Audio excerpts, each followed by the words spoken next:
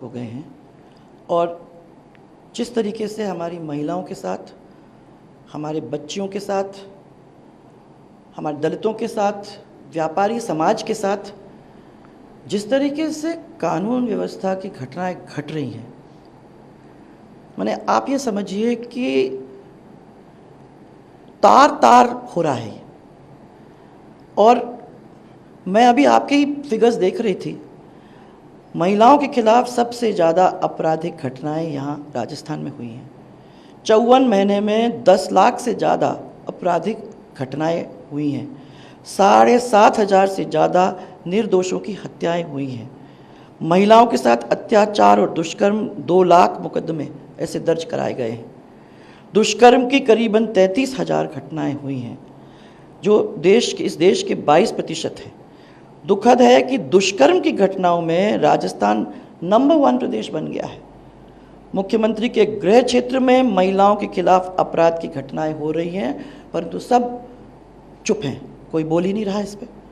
Media की खबरों के अनुसार राजस्थान में प्रतिदिन औसतन 18 से 19 रेप, हर दिन औसतन 5 से 7 मर्डर, और कांग्रेस की गहलोत की सरकार में हजारों महिलाओं के साथ बलात्कार की घटनाएं घटी जा रही हैं, परंतु ना कोई बोल रहा है उनकी सरकार का, ना पुलिस आगे बढ़ रही है।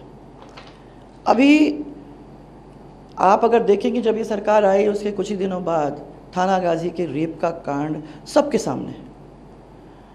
और मैंने उनने दुष्कर्म तो करा ही करा, परंतु उसके साथ उसका वीडियो करके उस वीडियो को वायरल करने का जो काम किया, जो इतना घिनौना काम था, फिर भारतीय जनता पार्टी लगी तब इस केस का खुलासा हुआ, नहीं तो इसके पीछे कोई सरकार की ओर से कोई काम हो ही नहीं रहा था।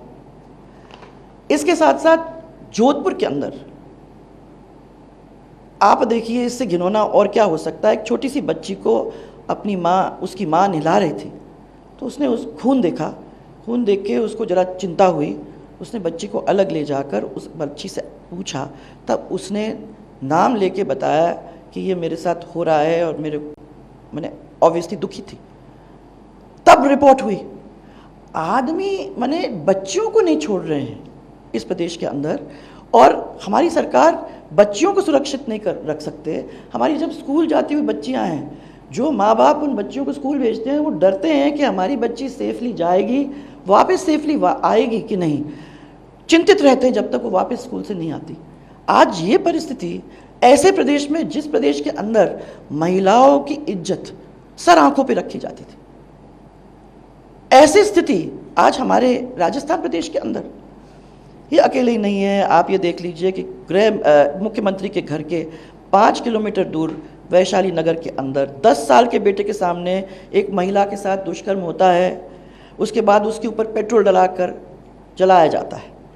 करौली के अंदर आपने कुछ ही समय पहले ये बात निकल के आई थी, एक लड़की के साथ दुष्कर्म होता है, उसको गोली मारी जाती है, उसके ऊपर एसिड डाला जाता है और फिर उसको कुएं के अंदर फेंका जाता है, उसकी बॉडी कुएं से रिकवर होती है। इसी तरीके से आप ये देख लीजिए, एक सिख बच्ची के साथ अलवर के अंदर गैंग रेप होता है और उसके बाद उसका मर्डर कर दिया जाता है। पर उससे और ख़राब एक बच्ची जो रियली भयावह है, दलित युवती के साथ गैंग रेप करके, जिसमें बताते हैं पुलिस वाले भी शामिल थे।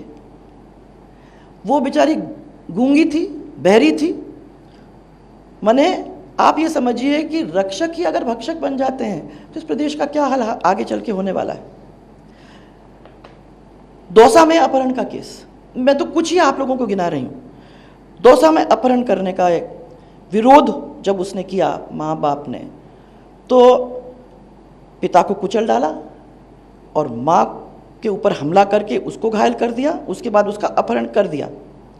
ये क्या है और कब और कैसे रुकेगा? राजधानी के अंदर आत्मदाह का मामला सामने आया है। माने चरम सीमा पे है महिला उत्पीड़न। और मैं महिला उत्पीड़न, बच्चियों की तो बात कर ही रही हूँ, परंतु दलितों के साथ भी कोई इन्होंने छोड़ा नहीं है। 2022 के अंदर राजस्थान में दलितों पर 8,000 से ज़्यादा मुकदमे दर्ज हुए। पाकिस्तान से आए जो हमारे हिंदू शरणार्थी, उनके घरों के ऊपर बुलडोजर चला दिया। और रोहिंग्यों को बसाने के लिए उनको राशन कार्ड दिया जाता है। ऐसी सरकार, मैं तो समझती हूँ कि राज्य में रहने की कोई अधिकार में नहीं। ये तो मैं कुछ ही बातें आप लोगों के सामने रख रही हूँ। मैं तो देख के इतनी आहत हूँ, खुद महिला होने के नाते मैं आहत हूँ कि मेरी महिलाओं के साथ इस तरीके का राजस्थान के अंदर आज काम हो रहा है। ऐसी सरकार को इस कुर्सी में बैठने का कोई भी अधिकार नहीं है। मैं तो समझती हूँ कि शर्म होती तो रिज़ाइन कर जाती।